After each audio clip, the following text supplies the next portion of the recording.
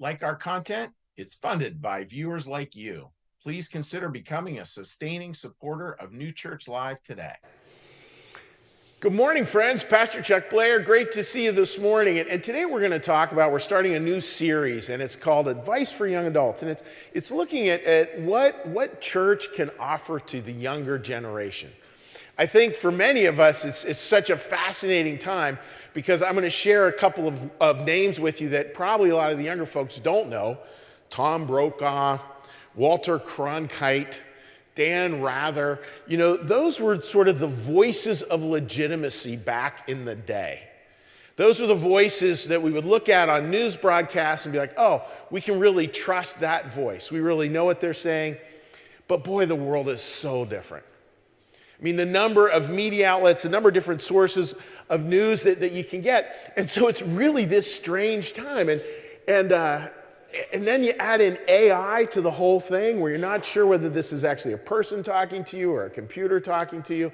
And that's only going to continue to change. Those changes are going to continue to accelerate. And what happens a lot of the time, the danger is that as all those changes go, as all those sources multiply, our idea of truth becomes more and more tentative. More and more wondering, like, what exactly is the truth? And yet we have to keep on coming back to first. We have to keep on returning again and again to those basic core principles around which we can live our lives, and that God's asking us to really look at, because there is such a thing as truth. Absolutely. And we don't serve people well by saying everything is an open field. Everything is an opinion. Everything is a matter of what you want to do. It doesn't serve people terribly well. Again, most of my career was actually in teaching, high school teaching. And teaching high school, like one of the worst things you can do to tell to a teenager, particularly a 14-year-old teenage boy, is tell them just do what you feel like doing. Not good advice. And it's not good advice when we're older either. So what's the kind of the moral of the story here? Well, today we're really going to be looking at one theme, and it's a pretty basic theme. When trust collapses socially, faithfulness and small commitments matter more. When trust collapses, small commitments matter more. What can we do when it just feels like all these things are just replicating and it's just more and more sources, not sure what truth is, not sure? Well, this is what we can do. Whoop. Get narrowly focused on the work that is yours to do and be a person of commitment. That's what we can do. Otherwise, I think a lot of the time we're just staring at a bad car accident. But whoop, what is it that is ours to do? And the beautiful part, friends, is that, Jesus gives us so much around this. He was living in times that were just so, it would make the instability of today look like nothing.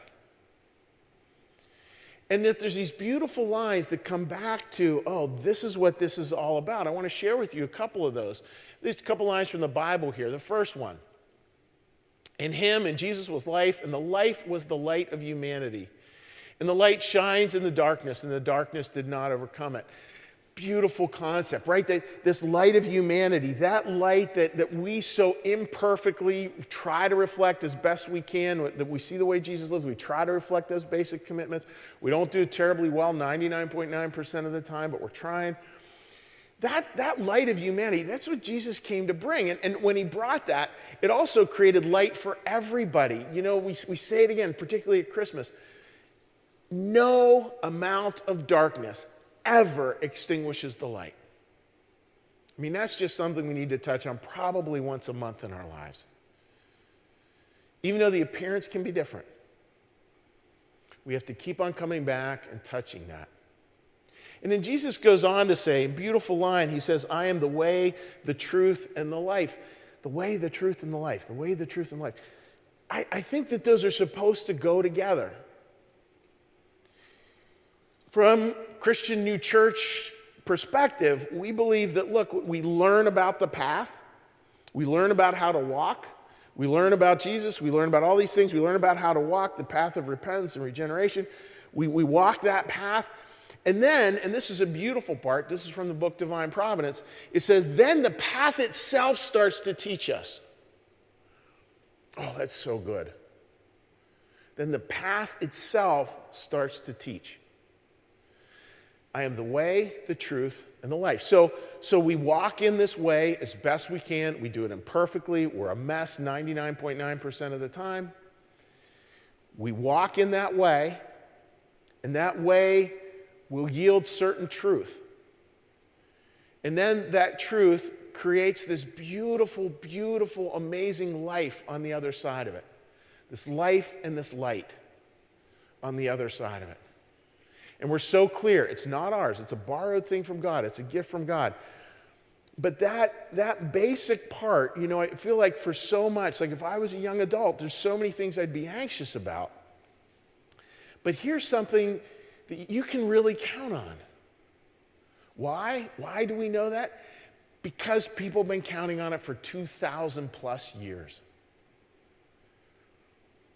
Why have they been able to count on it? Because it still works. What was the bestseller on the New York Times bestseller list 6 years ago? Anybody know? I don't. But I know that the New York Times bestseller list, you ready for this? They've never had the Bible on it. Because the Bible wins every year. Why? Because it works.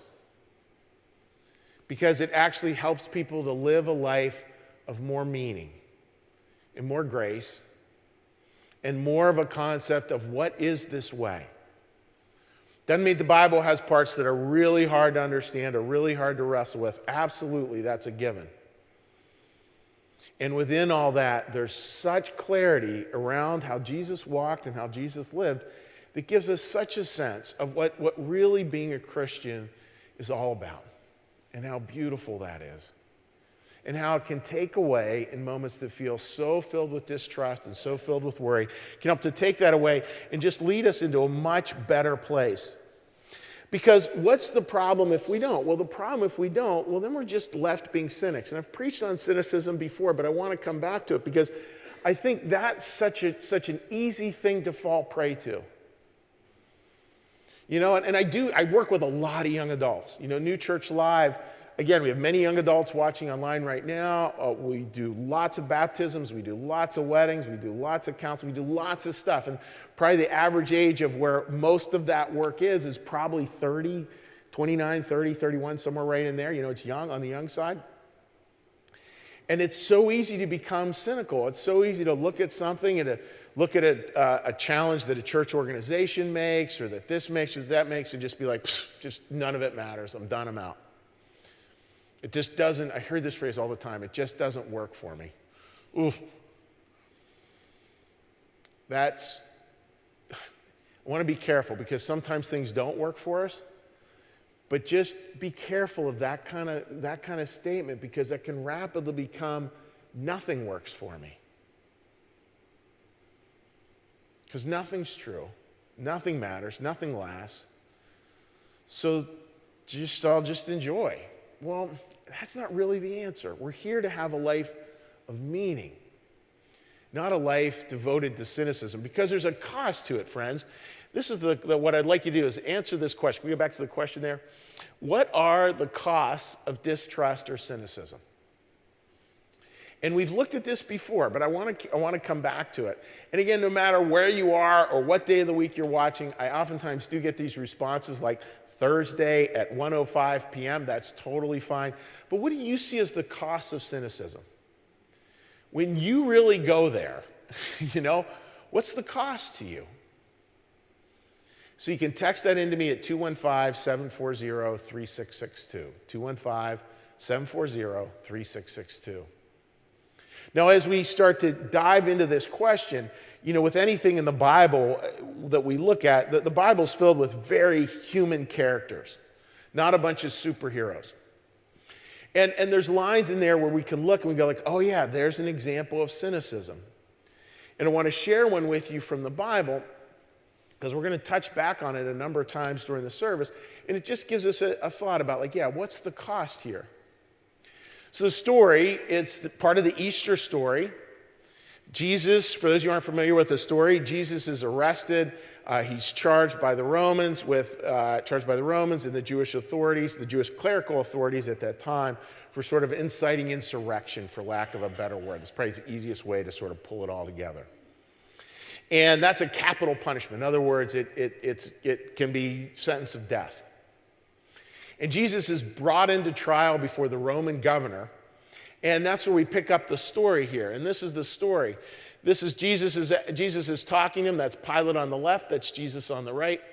You say, and this is from Jesus, you say I'm king. In fact, the reason I was born and came into the world is to testify to the truth. Everyone on the side of truth listens to me. What is truth? Retorted Pilate. That's the cynical line. What's truth? Jesus is saying, look, I'm walking in this way, and people who it really resonates with, they start to follow. That's what I'm trying to do. I'm not about a worldly kingdom here. I'm not about to, take over the Roman Empire. I'm not about to do any of those things. I'm about this way of life. And when people hear it and they see it, it resonates. When they resonate, they follow. Not so they can have political power, but because that's where they're finding a life that's really important. Because that is where they are finding a life of meaning. That's where they're finding a life of meaning. And when it says there, what is the truth? Retorted Pilate, I thought, you could have just changed the wording there. What is truth? Snorted Pilate. Because I think that's sort of what he does, is he just like, what's truth? Well, let's look at that. And let's not look at it like cynics. Let's look at it like from an honest Christian perspective about truth and the role it plays in our lives and how we can have more clarity. And especially if you're a young adult today and you're feeling like, I just don't know, I need something to grab onto, but I just can't find it. Stick with us. Listen to today's service and see if there's something about this way of life that resonates with yours. So friends, as always, welcome. Welcome to New Church Live.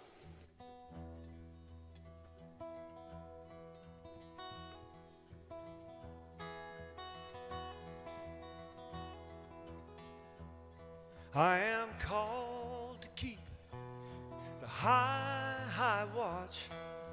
Nothing moves me from the truth within. I'm here to lift and nurture all. It's the joy that fires my resolve. I was born to this life. I was made for these times. Steady in my love for all creation. I refuse temptation to despair. I'm now a citadel of power in my heart, ready now to do my sacred part. And I was born to this life. I was made for these times.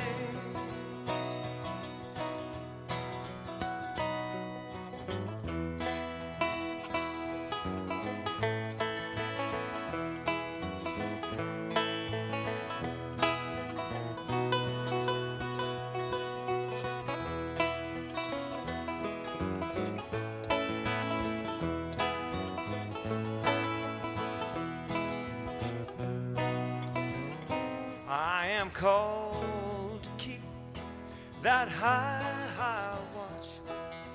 Nothing moves me from the truth within. I'm now a citadel of power in my heart, ready now to do my sacred part, steady in my love. Steady in my love, steady in my love, oh, steady in my love. I was born to this life,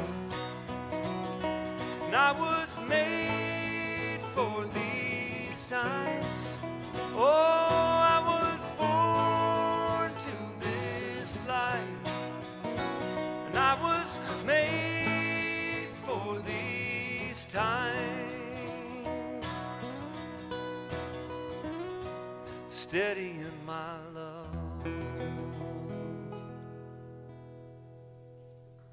Beautiful. I love that famous biblical line, like made for these times. And that's said by the famous biblical character Esther, and it's the idea that, yeah, maybe we're made for these times. Maybe churches will find a new footing because things get so crazy. People really are thirsty for something to navigate by. Of course, we can live a life totally satiated where none of that matters and we're just sort of hedonistic, just doing the next thing we feel like doing. But that runs its course. That runs its course. Because our souls, the deepest part of us, is always called to this beautiful, beautiful journey of meaning. Deep meaning. And that journey, it has these different phases to it.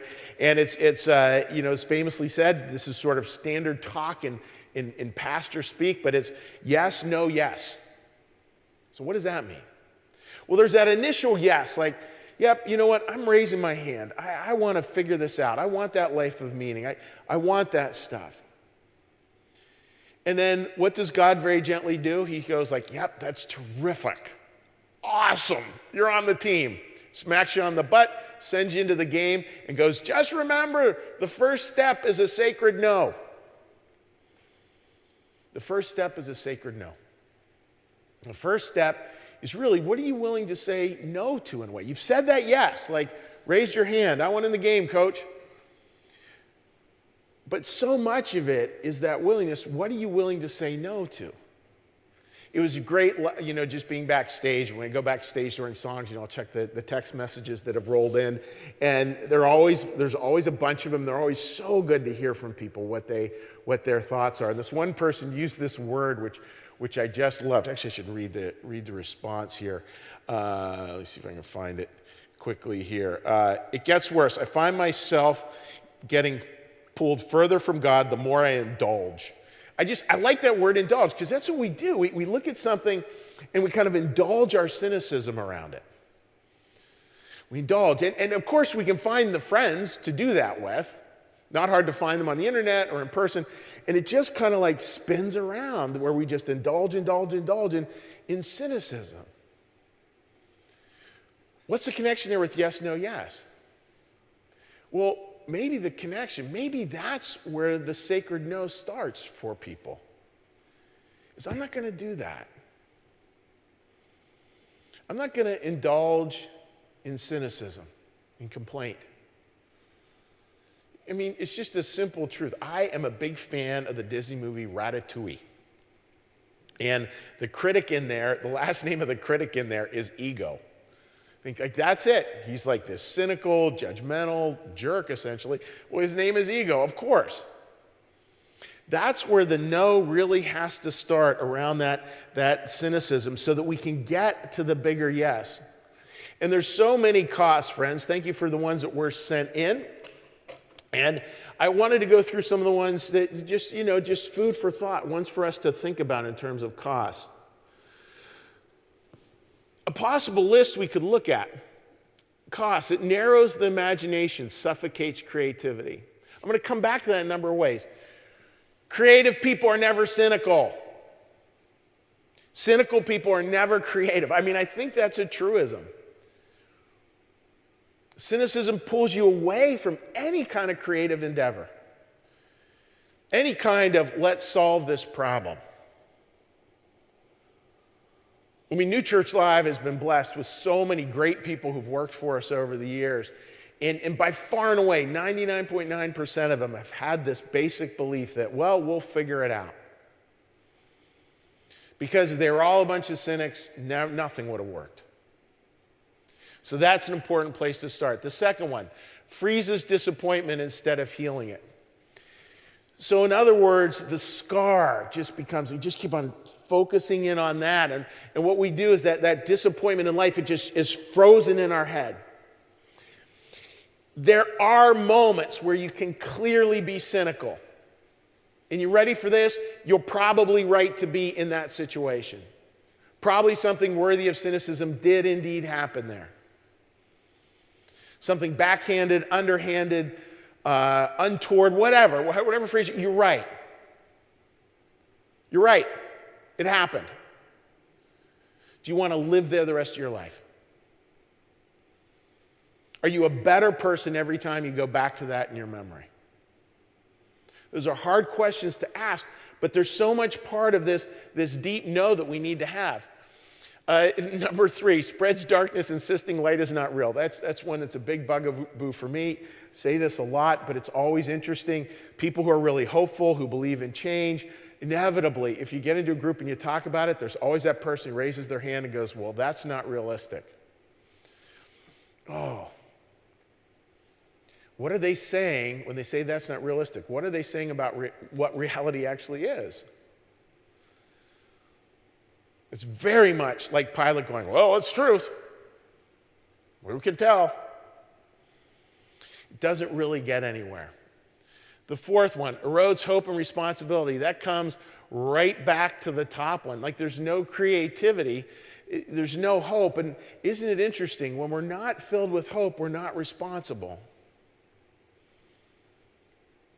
Think about that. Think about where that might show up for us in our relationships or with our families, with this. Anytime we give over to hopelessness, like we're off the hook. We don't have to take any responsibility in that moment. Hope-filled people take responsibility for the world. Beautiful concept. And the last one around cynicism, well, clearly, it's just going to poison anything it touches. So we want to move past it as quickly as we can. This is a quote. I've used this before in church, so if you're thinking, did he say that before a couple of years ago? Yes, I did, because it's really important. This was the person who was the head of the Salvation Army describing why cynicism is so deadly in his particular organization. He said, the danger of cynicism is not that it's wrong about the world, but that it believes it's the only honest way to describe the world. So life, and this is challenging. I love the phrase explanatory style. And in other words, we have a way that we tend to explain things. And as Christians and as members of the new church or those who are interested in new church Christianity, we have to be able to think, what exactly is our explanatory style? Is it a positive one? Life is good. It has really difficult moments, heartbreakingly hard, and God's going to walk with me through it all. That's a Christian explanatory style. A cynic, though, has a different kind of explanatory style, which you can imagine would not work terribly well, and it's used to explain how the whole world works. And so much of, I think, spiritual life really comes down to what explanatory style are we going to use? Are we going to use one that's positive or one that's negative? One's more of heaven or one's more of hell? One's more that inspires or one that leads to more despair? Because life's going to be the same. Friends, I realize this is strange for any of you who are with us in Florida and who are watching us from Florida this week. We are expecting, Marcus, what is it, 18 to 22 inches of snow today? Do you know how much snow that is? That's like up to here. All right, not quite up to here, but it's like up to here. That's a lot of snow. Whether you like snow or not will not determine how much snow we got. It's going to snow. What's going to be your explanatory style? What are you going to hold around it? How are you going to see it? I think that's what Jesus is talking about when he's asking us to think what our worldview is. Because it is hard. I mean, it was interesting looking at this whole, when we were researching like distrust and cynicism, it is like scary. I mean, there's literally people going to office factories right now who are figuring out ways to scam people. Like, how crazy is it? There literally is somebody who's sitting around on their computer right now trying to figure out how to scam you. Now, that's easy to get cynical about. You know, and you look, for example, at proof around that. The New York Times article had a couple of things in it I thought that was interesting. We'll show you a couple of pictures here from it. The first is the picture, and they have scripts. Like, this is how to lure someone in who's like an older person, who's lonely, a male, and these were some of the pictures that they had shared around on JPEGs, but then they printed them out. A group went in and they raided one of these big office complexes that scammed all the time. These are some of the pictures that are not real people. And then, have you ever wondered what happens when your cell phone gets stolen? My wife's cell phone got stolen on vacation a couple years back. Well, it ends up in these scam centers. And they plug them all in. That's like the world's biggest recharger back there. And that's what they do. They just spend all day, you know, texting you going like, hello, question mark. Or what was the one in Pennsylvania here? You have not paid your Pennsylvania Turnpike toll. You know, all that crazy stuff. And it's so easy, again, to just become more cynical with that stuff. But that's, again, don't allow that. I mean, that is true, but that's not the whole world. That is not the whole world. We have to be able to see it differently, because when we start to see the scam centers, the whole world, and this is a whole nother sermon in and of itself. Like, one of the sermons when we were doing this I thought would be fun to preach would be showing the parallels between scam centers and hell. I think they work under the same pretexts. And that's a whole nother sermon for a whole nother day. But we really do have to flip that. We can get mired in there, but what we have to start to do, friends, is to ask this question. What are the truths that bring trust and clarity? Again, if you're watching with your honey, that's a great question to talk about later on this afternoon. What really brings trust and clarity? What really works? You know, and there's so many beautiful questions around that, around how that works. And here are some basic ones, friends, that I think are significant and can help our lives. Trust and clarity. Can you really have just the idea of, I'm just going to be a faithful presence? That's real clear. Like, I don't know what I'm going to do. I don't know what I'm going to say. But I'm just going to be a faithful presence. I'm just going to be someone in the world that other people know they can just count on me. That's a great one for all of us to share. Clear responsibility. You know, I'm going to be clear. I'm going to be able to respond. And I'm going to be clear about what I'm going to be responsible for. I'm not going to overpromise. I'm not going to do any of those things. I'm just going to be able to take responsibility and make sure that thing happens. Number 3 and 4, obvious, honest ones. Very honest, very open. In other words, with openness, like, it's interesting with this idea of trust and clarity. Like, even with honesty, and this is an important aside, when we are feeling like we don't know the answer, when we are feeling like we're not clear, what a great time to have a lot of clarity that we don't know. And even share that. I'm not clear on what to do here. Share it. Because that actually builds that trust. And then the last one there, lived commitments. Lived commitments. One of the best definitions of faith out there is faith is long obedience in one direction. Long obedience, one direction. Eugene Peterson.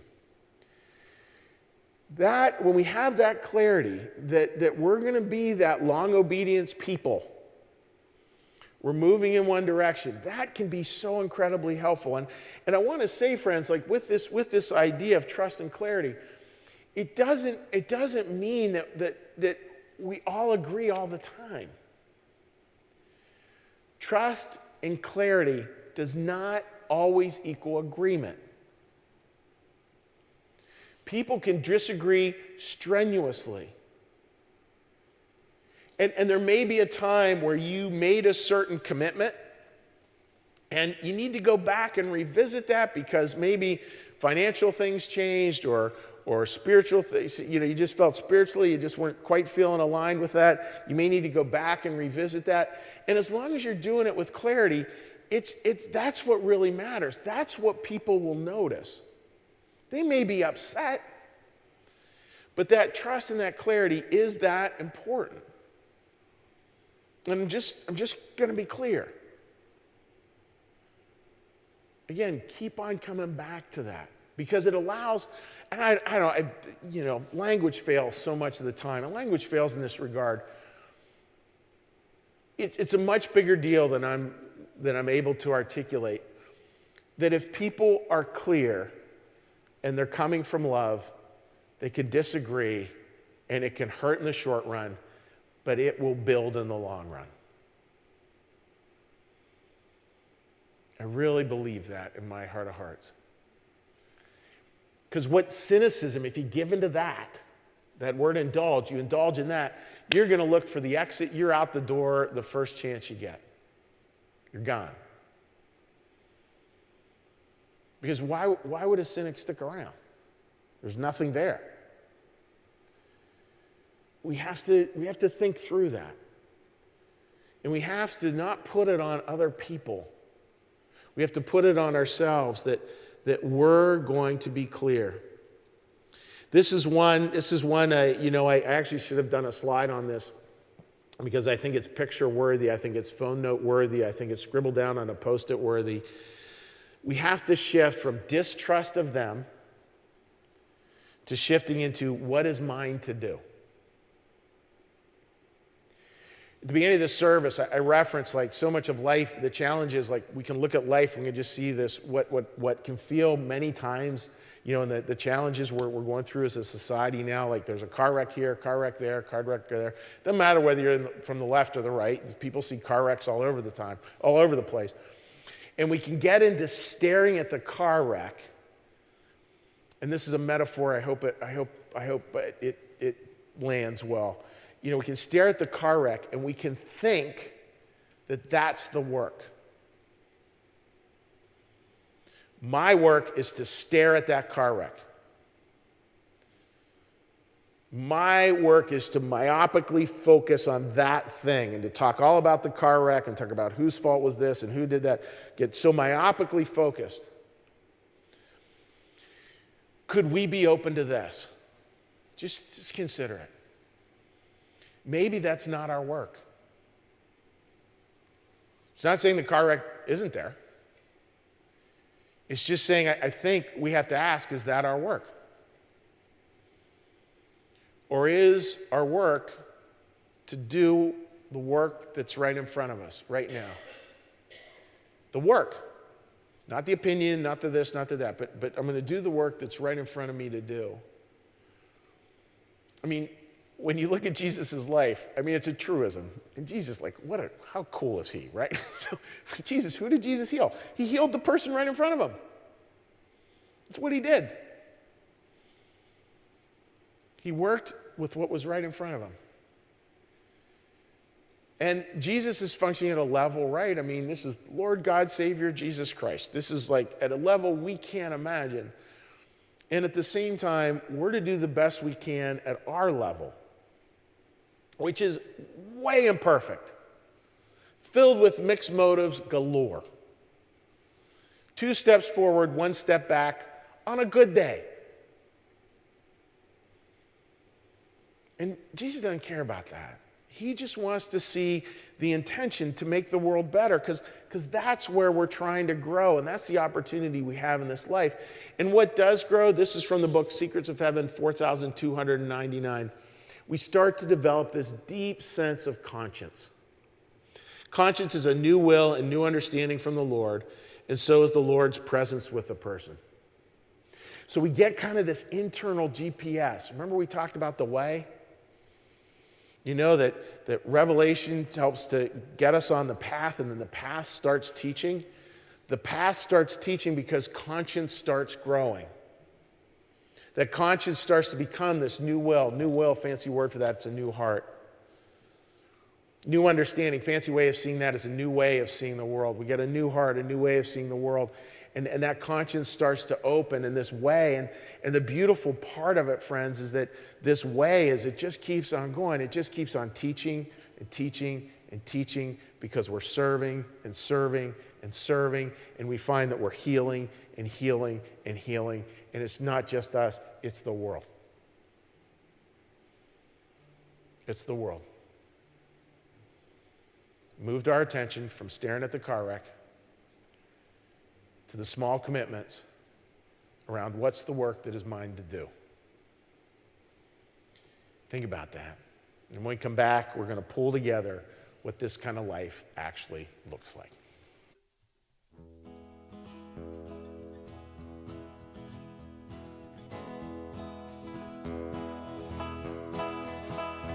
Honor bound, honor bound. Every one of us is honor bound to all the ones who came before and helped open up a door. Every one of us is honor bound. We are standing on the shoulders of those who came before us and helped to get this dream up off the ground. To the ones that risked it all to tear down every wall, everybody here is honor bound. Honor bound, honor bound.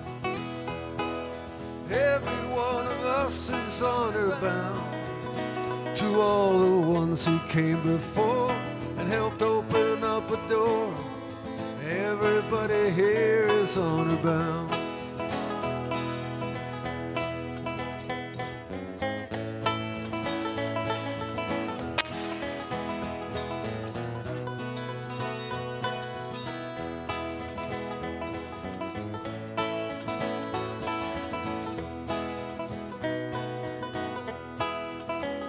To all the soldiers who have died, to all the mothers who have cried, to all our kinfolk buried in the ground.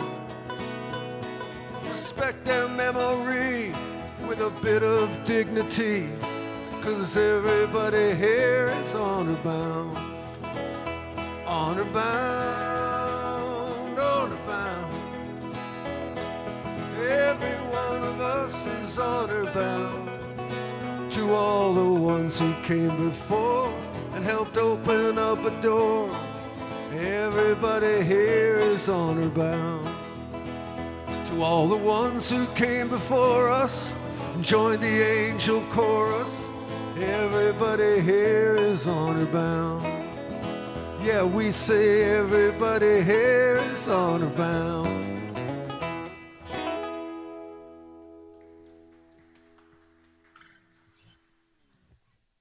That song fit ridiculously well to the sermon. You know, 'cause that's what the life looks like, friends. It's what it looks like when we start to really give, again, this yes, no, yes, yes, the initial yes.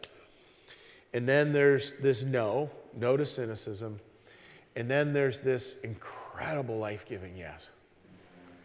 And the yes isn't some big intellectual thing. It's just this yes and the opportunities that God puts in front of us. It's this deep faith that God has you in the world you are supposed to be part of the healing process in.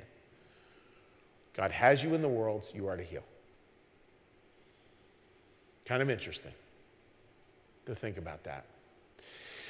Cynicism, of course, will say that the darkness explains everything. That there's dark forces everywhere, darkness explains the whole thing. And it's easy.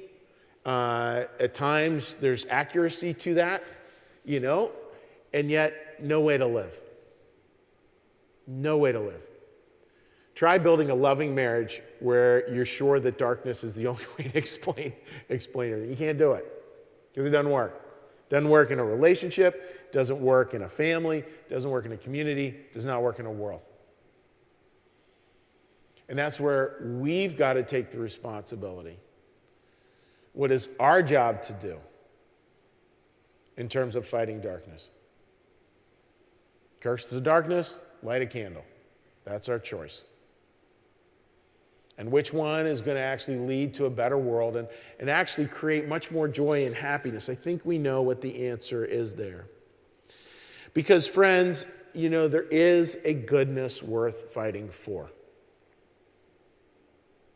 There is a goodness worth fighting for. Again, cynicism will take you out of the game. It'll say there's no goodness worth fighting for. Maybe there's the goodness in just taking care of your immediate, like, nuclear family. And again, nothing wrong with that. That's where it all starts. But even that, there's got to be more. There's got to be other responsibilities. There's got to be other outreach. There's got to be other things that pull us beyond. That idea of cynicism explaining everything in the darkness, like, oh, please don't go there. Please don't go there. Life is too short. There's too many good things, too many hard things that need your attention. Please don't go there. And what can we do when we start to get that there's this goodness worth fighting for? Well, we start to live that. I mean, just coming back to the original story, Pilate, right? Pilate goes, what's truth? I love that comment. Sort of, and he doesn't even wait to Jesus to respond. He just goes, well, that's truth. You know, that's known as telling the question. He's not even asking the question. He's such saying, there is nothing. And sort of his snort or retort, however you want to say it, just, what's truth? Dude, what would you say to someone who said that? Oh, it's truth. You know, if they were saying it cynically, sarcastically. You know, I'm not 100% what I would say, but it would be something like this. Let me tell you a story. Let me tell you about a story of my friend Mary Ann. And let me tell you a story about what Mary Ann found out about at Trader Joe's. What she found out about with a number of other New Church Live congregants is she found out that they threw out their flowers, I think once a day or once every couple of days. Just they always have fresh flowers, but all the old ones just go out. And so what she did was she collected at different like thrift stores, like the one here and some other places, little vases, and they grabbed a bunch of these flowers and they spent a day just stuffing them all with flowers and took them to people in hospitals and nursing homes around the area. I think they I'm going to say 50. I don't know whether it was 50 or not, but it was a large number. Friends, that's truth. That the Pilate in you, Pontius Pilate, pay attention to that. Because that's the actual truth. And we know that truth, we'll know the way. We know that truth, we'll come to know Jesus. And we know that truth, and we'll discover the truth, as is said so clearly in the Bible. We'll discover that truth, and that truth will make you free. That truth will make you free. Amen. So what we're going to do now, friends, is we're going to take a little breath, do a little prayer, do a little prayer, and then we're going to do a little blessing, and then we'll have our last song. So please join me in prayer. Lord, thank you for your presence here today, and Lord, help us as best we can to shun the impulse to indulge in our cynicism, to stare at the car accident versus picking up the work that is ours to do. Help us, Lord, to have that sacred no that starts us towards an incredible yes, a life-giving yes, a yes that just echoes throughout the world, that actually makes the world better because it fills it with more meaning, because it fills it with more love, because it fills it with more connection, because it fills it with more of you. Help us to be that, Lord. To be the change. To be the one. To be the responsible people that you call us to be. Hear our prayer. Our Father, who art in the heavens, hallowed be thy name. Thy kingdom come, thy will be done, as in heaven, so upon the earth. Give us this day our daily bread, and forgive us our debts, as we also forgive our debtors. And lead us not into temptation, but deliver us from evil. For thine is the kingdom, and the power, and the glory forever. Amen. May the Lord bless you and keep you. May the Lord make his face to shine upon you and be gracious unto you. May the Lord lift up his countenance upon you, bring you peace, and bring you home. Friends, have a wonderful week. See you next week.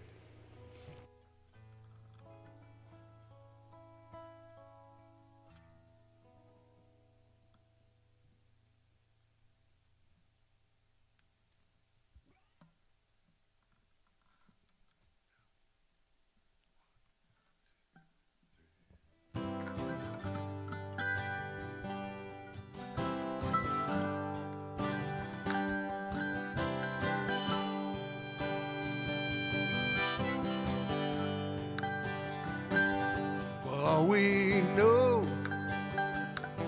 and all we feel, what is lost in time will be revealed. We're all here to grow, we're all here to serve, and we've got to make it work. Out on the streets of those great big cities where the sky gets so hard to see. Yeah, we're out there on the endless curve. You know we got to make it work. Dark clouds come, but then the dark clouds go, and the sun was shining through it all, I know, into the sky, from out of the dirt, and we've got to make it work.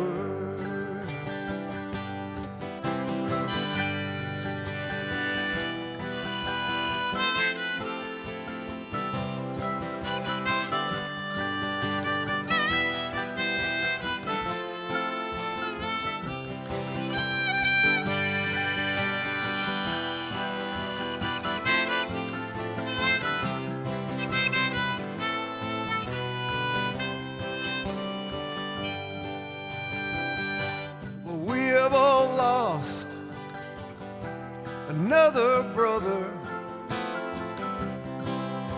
we listened to the man behind the words. Well, I recall, yeah, that he hit a nerve when he said we got to make it work. Yeah, you gotta give it everything you got just to rise above. We'll all be taking aim in the name of love. From Moscow over to New York, we got to make it work. Yes, and we got to make it work. Ooh, we got to make it work. You and I, we got to make it work. Ooh, we got to make it work.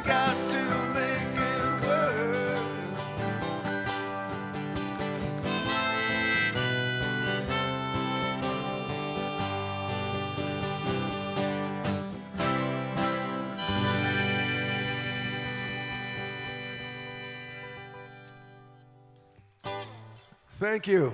As you might not know, it's Chuck's birthday today. So we have a card. We're just going to put this at the edge of the stage if you want to sign it.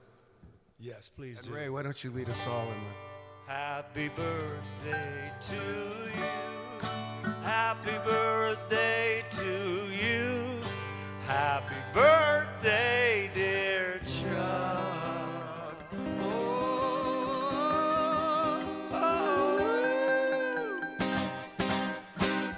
Happy birthday to you. Happy birthday, Chuck. Happy It's your birthday, birthday. Chuck.